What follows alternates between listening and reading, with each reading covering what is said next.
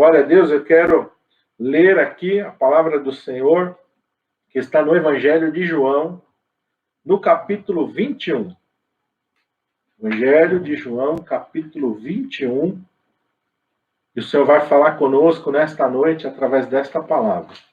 Depois nós vamos orar, amém? Vamos orar pela sua vida, vamos orar pela sua casa, vamos orar para que o Senhor manifeste o seu poder e a sua glória sobre a sua vida, em nome de Jesus.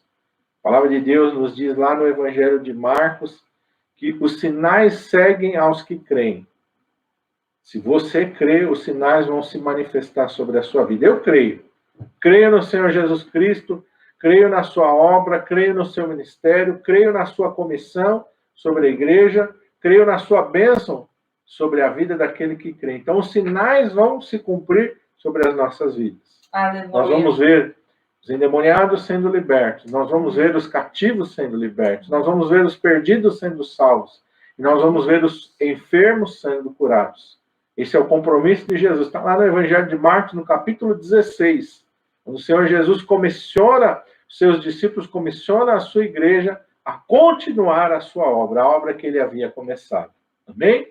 Então eu creio nisso, é por isso que nós estamos aqui pregando. Se não fosse por isso, eu não estaria aqui. Se eu não cresce que Jesus curasse, e Jesus libertasse, e Jesus salvasse, se eu não cresce na ressurreição e na vida eterna, eu não estaria aqui. Não haveria nenhum sentido para estar aqui. Amém? Mas porque eu creio que isso é a verdade e que nós vamos experimentar tudo aquilo que Deus comprometeu-se conosco na sua palavra, é por isso que nós estamos aqui. Amém? Em nome de Jesus. Então vamos ler. Evangelho de João, capítulo 21, diz assim: depois disso, manifestou-se Jesus outra vez aos discípulos junto ao mar de Tiberíades e manifestou-se assim. Estavam juntos Simão Pedro e Tomé, chamado Dídimo, e Natanael, que era de Caná da Galileia. E os filhos de Zebedeu. Filhos de Zebedeu é Tiago e João. E outros dois dos seus discípulos. E disse-lhes Simão Pedro: vou pescar. Disseram-lhe eles: também nós vamos contigo. Foram e subiram logo para o barco, e naquela noite nada apanharam. E sendo já amanhã, Jesus se apresentou na praia, mas os seus discípulos não conheceram que era Jesus. E disse-lhes Jesus: filhos, tendes alguma coisa de comer? Responderam-lhe: não. E ele lhes disse: lançai a rede à direita do barco e achareis. Lançaram-na, pois, e já não a podiam tirar pela multidão de peixes. Então aquele discípulo a quem Jesus amava disse a Pedro: é o Senhor. E quando Simão Pedro ouviu que era o Senhor, cingiu-se com a túnica, porque estava nu, e lançou-se ao mar. Os outros discípulos foram com o barco, porque não estavam distantes da terra, senão quase 200 côvados. E levando a rede cheia de peixes, logo que saltaram em terra, viram ali brasas e um peixe posto em cima e pão. Disse-lhe Jesus: trazei dos peixes que agora apanhastes. Simão Pedro subiu, puxou a rede para a terra, cheia de 153 grandes peixes, e sendo tantos, não se rompeu a rede. Disse-lhe Jesus: vinde e jantai. E nenhum dos discípulos ousava perguntar-lhe: quem és tu? Porque sabiam que era o Senhor. Amém? Glória a Deus. Esse texto nos mostra, meu irmão amado, os discípulos. Jesus morreu, Jesus ressuscitou, eles estiveram com o Senhor, mas mesmo assim, depois de Jesus aparecer a eles, no capítulo 20 aqui fala, Jesus aparece a eles, eles veem Jesus, eles tocam em Jesus, eles comem com Jesus. Mas eles voltam para a velha vida. Pedro não era pescador? Se a gente for olhar para a história, onde é que Jesus encontra Pedro? No barco. Jesus entra dentro do barco dele, pede que o afaste um pouquinho da praia, porque há uma grande multidão naquele lugar. Jesus prega, ensina a multidão. Quando ele termina de ensinar a multidão, a palavra de Deus diz que ele fala para Pedro: vamos pescar. E o que tinha acontecido com Pedro naquela noite é a mesma coisa que está acontecendo aqui. Pedro também Lá ao princípio, como agora, tinha ficado a noite inteira no mar, mas não tinha apanhado nada. E ele diz isso para Jesus: Mestre, trabalhamos a noite inteira e não pegamos nada, mas sob a tua palavra, porque tu mandas, lançarei a rede. E a palavra de Deus diz que aconteceu algo parecido, semelhante com o que aconteceu agora. Quando eles lançaram as redes também naquela ocasião, eles não conseguiram puxar, porque estava muito cheia. Naquela ocasião havia o barco ainda de Tiago e João que estava na praia, que Pedro fez sinal que eles viessem. E a Bíblia diz que naquela ocasião eles encheram ambos os dois barcos de maneira tal que quase foram a pique, quase afundaram. Aqui diz a palavra do Senhor que eles encheram a rede e não puderam puxá-la para dentro do barco. Eles levaram ela do lado do barco. Quando chegou na praia, eles puxaram para a praia. E a Bíblia diz aqui, cheia de 153 grandes peixes. E sendo tantos, a rede não se rompeu. O que a palavra de Deus quer dizer com isso? O que o Senhor Jesus quer nos mostrar com esta palavra? O que Deus quer falar aos nossos corações? Primeira coisa que eu enxergo nesse texto é que sem a direção do Senhor não adianta. Não adianta. Se a gente não buscar a direção do Senhor, nós não vamos ter bênção naquilo que a gente fizer. Aqui nos mostra que, mais uma vez, eles se esforçaram em vão. Trabalharam a noite inteira. E eu quero dizer para você que não existe nada mais frustrante do que você trabalhar e não ver o resultado do teu trabalho. Pessoal, você trabalha, você é contratado por uma empresa, você trabalha. Chega no final do mês, em vez de você receber o seu salário, você é enganado pelo teu patrão.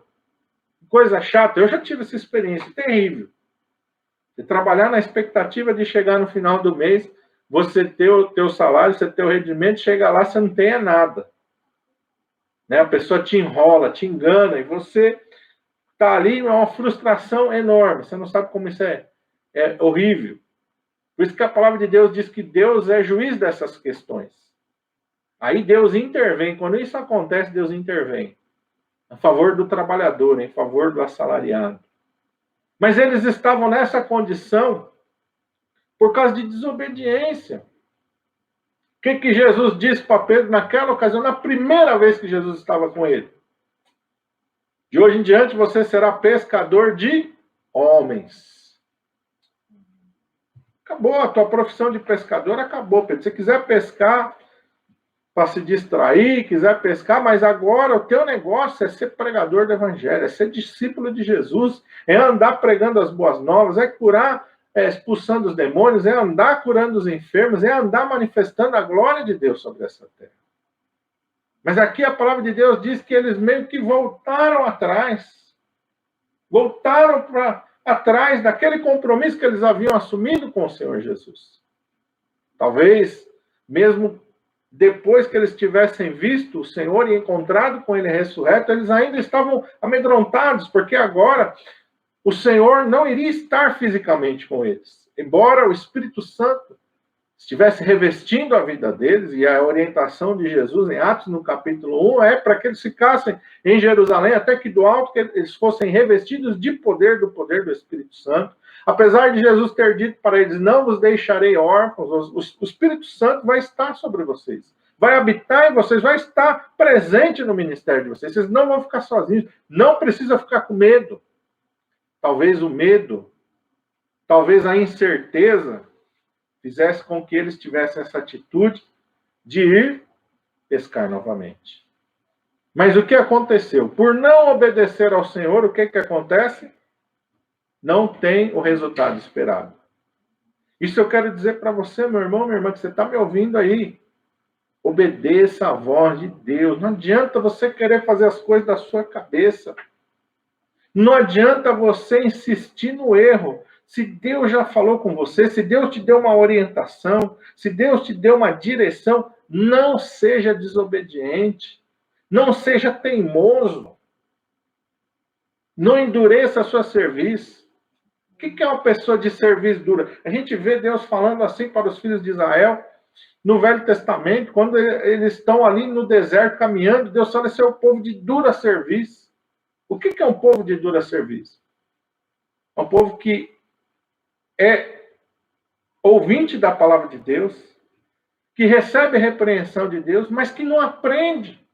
Volta a cair nos mesmos erros. Sempre está caindo nos mesmos erros. Sempre está andando no mesmo caminho de desobediência. Como a palavra de Deus, infelizmente, vai dizer lá em Hebreus, eles aprenderam, mas nunca chegaram ao conhecimento da verdade por causa do coração duro.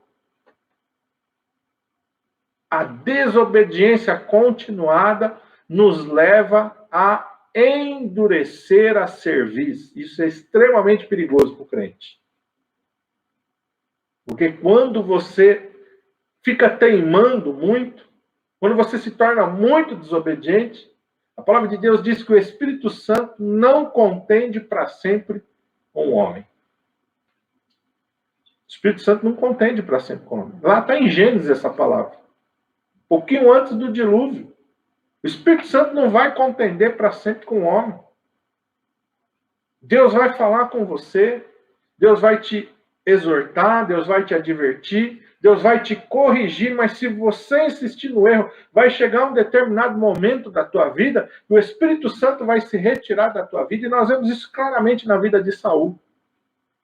Erros continuados. Ele errava, Deus falava com ele continuava errando. Deus falava com ele continuava errando. Ele continuava errando. Sempre havia uma justificativa para os seus erros. Nós estamos cada um na nossa casa aqui. Ninguém vai ser constrangido. Mas para um pouquinho e reflita. Será que o teu coração não está ficando duro? Será que você não está ouvindo a voz de Deus e não está insistindo nos mesmos erros? Está insistindo nas mesmas coisas das quais Deus falou para você, muda, não faça mais isso, age assim ou age dessa maneira, e você não está insistindo.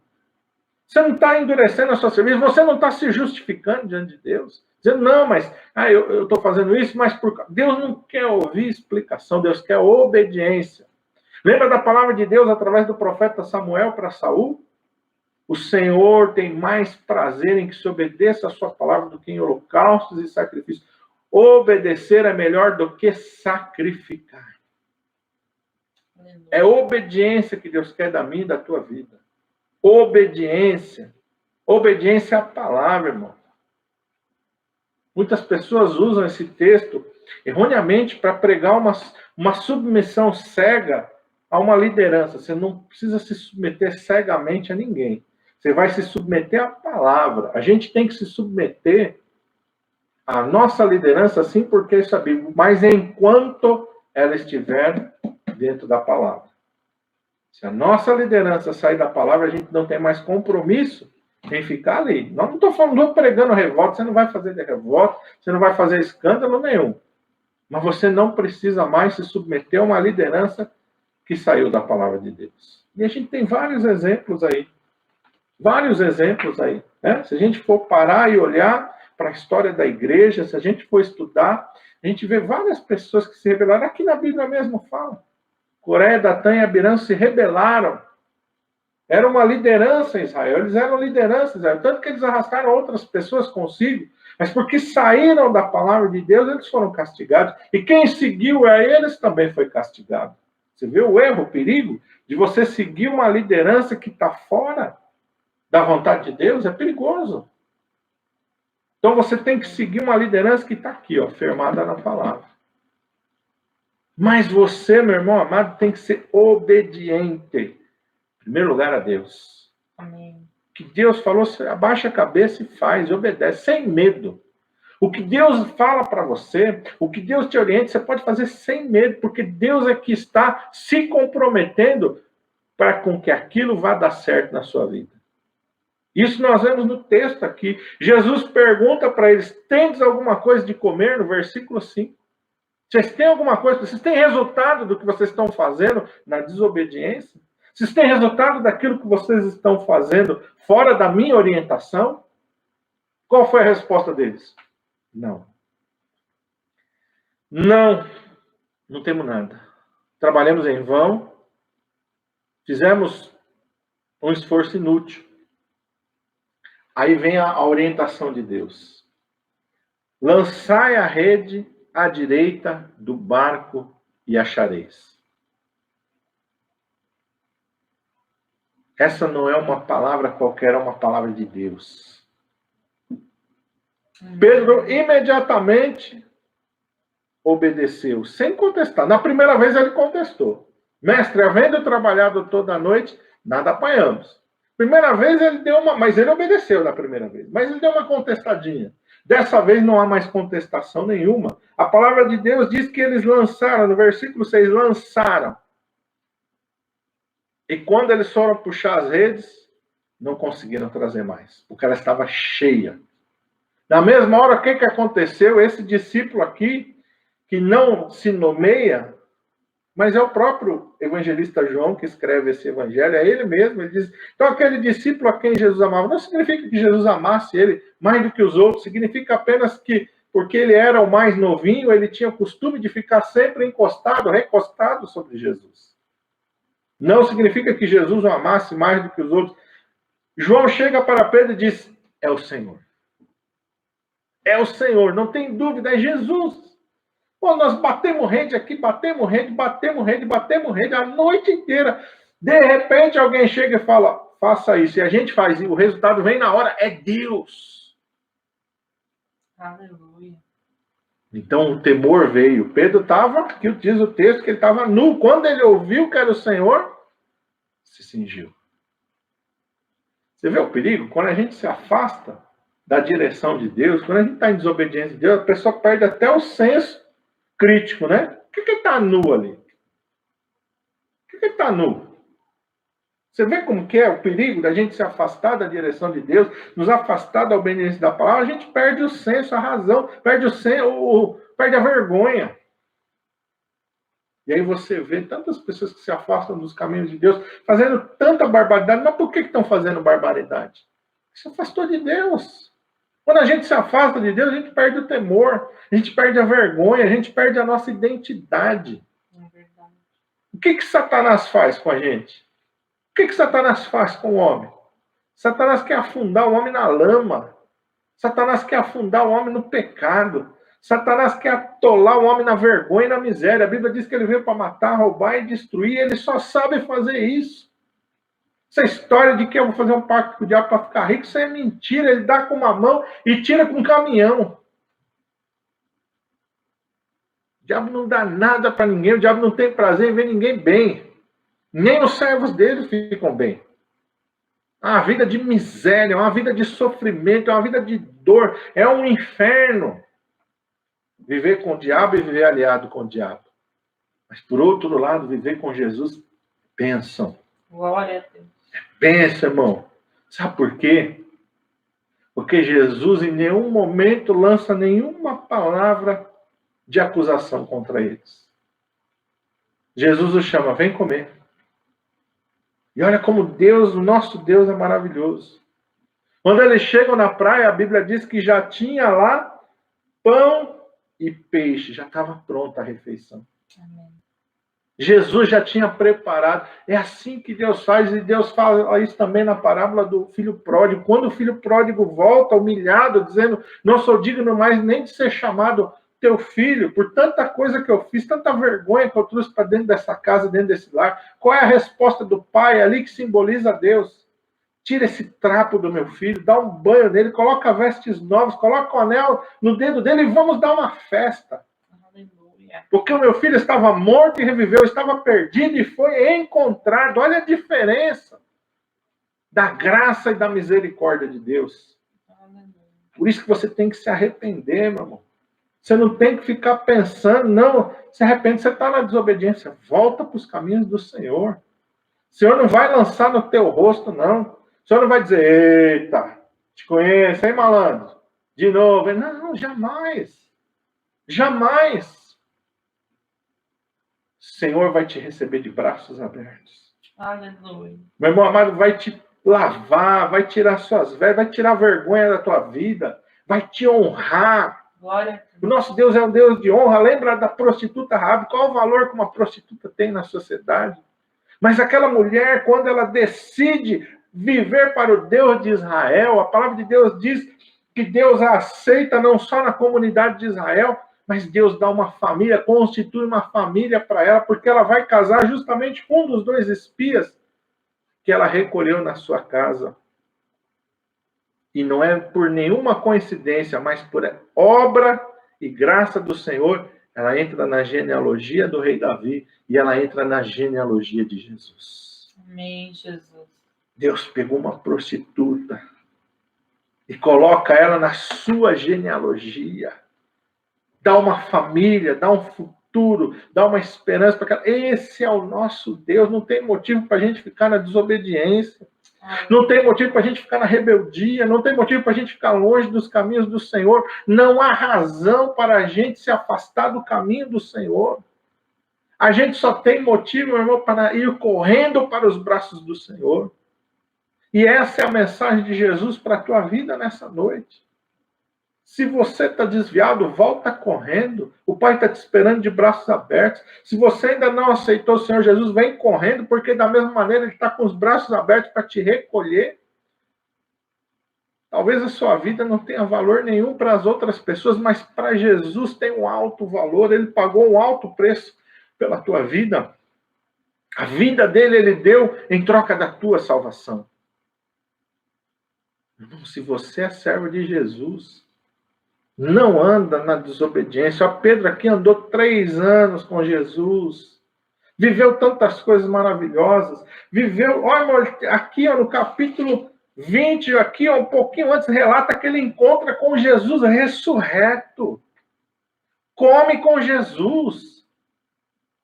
Meu irmão, que glória maravilhosa é essa. Por que ir para a desobediência? Por que tomar atitudes fora da vontade de Deus? Não anda por esse caminho, meu irmão. Anda no caminho da obediência. Anda no caminho da submissão. Quem sabe é só isso que está faltando para a tua vida viver, meu irmão amado, uma virada sobrenatural e espetacular. Glória. Não insiste no erro, não. Não endureça a sua serviço, não. Se humilha perante Deus. A palavra de Deus diz que aquele que se humilha encontra misericórdia, encontra graça. E é isso que Jesus vai fazer com Pedro aqui.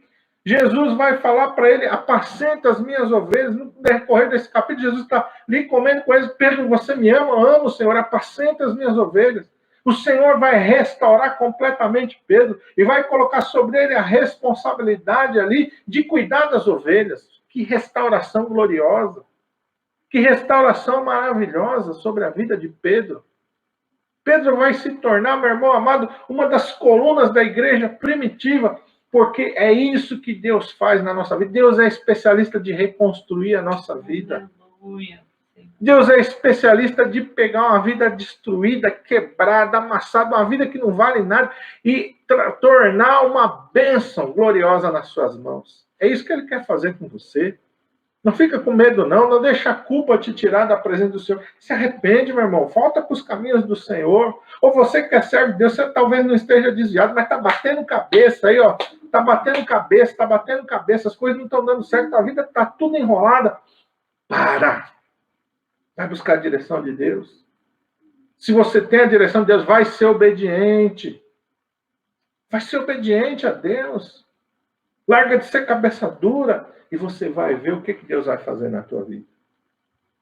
Essa mensagem de Deus para você nessa noite. Uma mensagem de restauração. Uma mensagem para colocar tua vida de pé.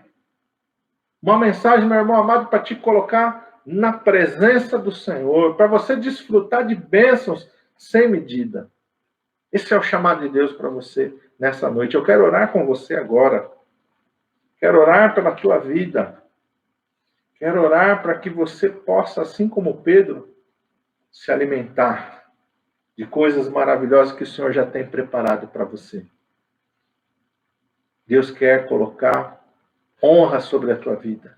Aleluia. Deus quer colocar unção sobre a tua vida. Amém. Deus quer fazer você viver coisas sobrenaturais e espetaculares.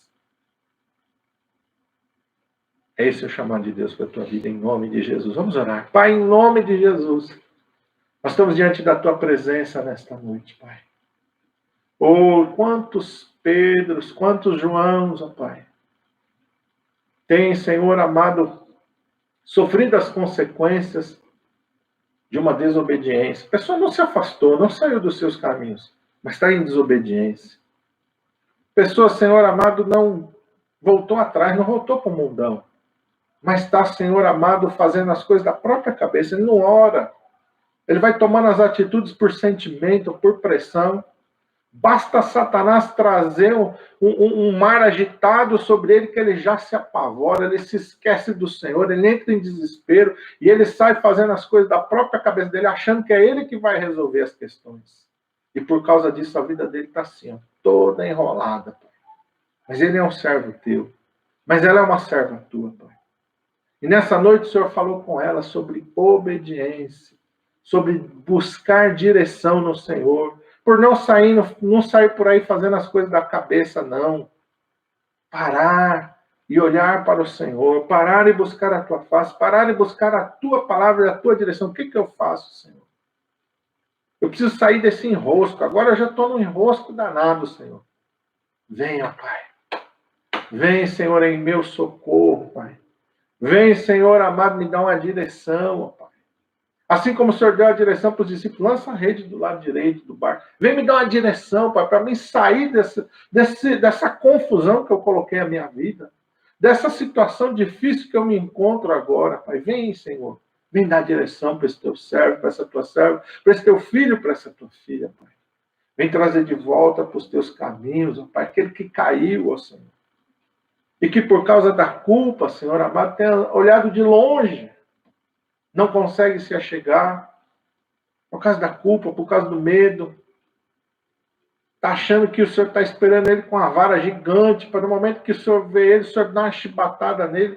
Meu Deus, ele não te conhece, Senhor. Não significa que o Senhor compactou com o pecado, não é isso que eu estou dizendo, não. Significa que o Senhor tem restauração para a vida dele, Pai. O Senhor tem restauração, Pai. É isso que o Senhor quer fazer com ele. O Senhor quer restaurar a vida dele.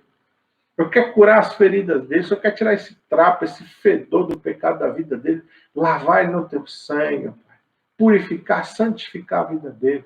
Colocar ele de novo, Pai, dentro da tua casa, de volta na comunhão, Pai. Oh, Deus. Entra, Pai, dentro de cada lar agora. Entra dentro de cada casa. Toca em cada vida, toca em cada família. Oh, meu Deus, em cada ministério, Senhor. Oh, Deus, e faz, ó Senhor, algo sobrenatural que só o Senhor pode fazer. Meu Deus, aqueles peixes não estavam ali, não, Senhor. Foi o Senhor que os colocou ali de forma sobrenatural. Vem dar direção para o teu filho, para a tua filha, Pai.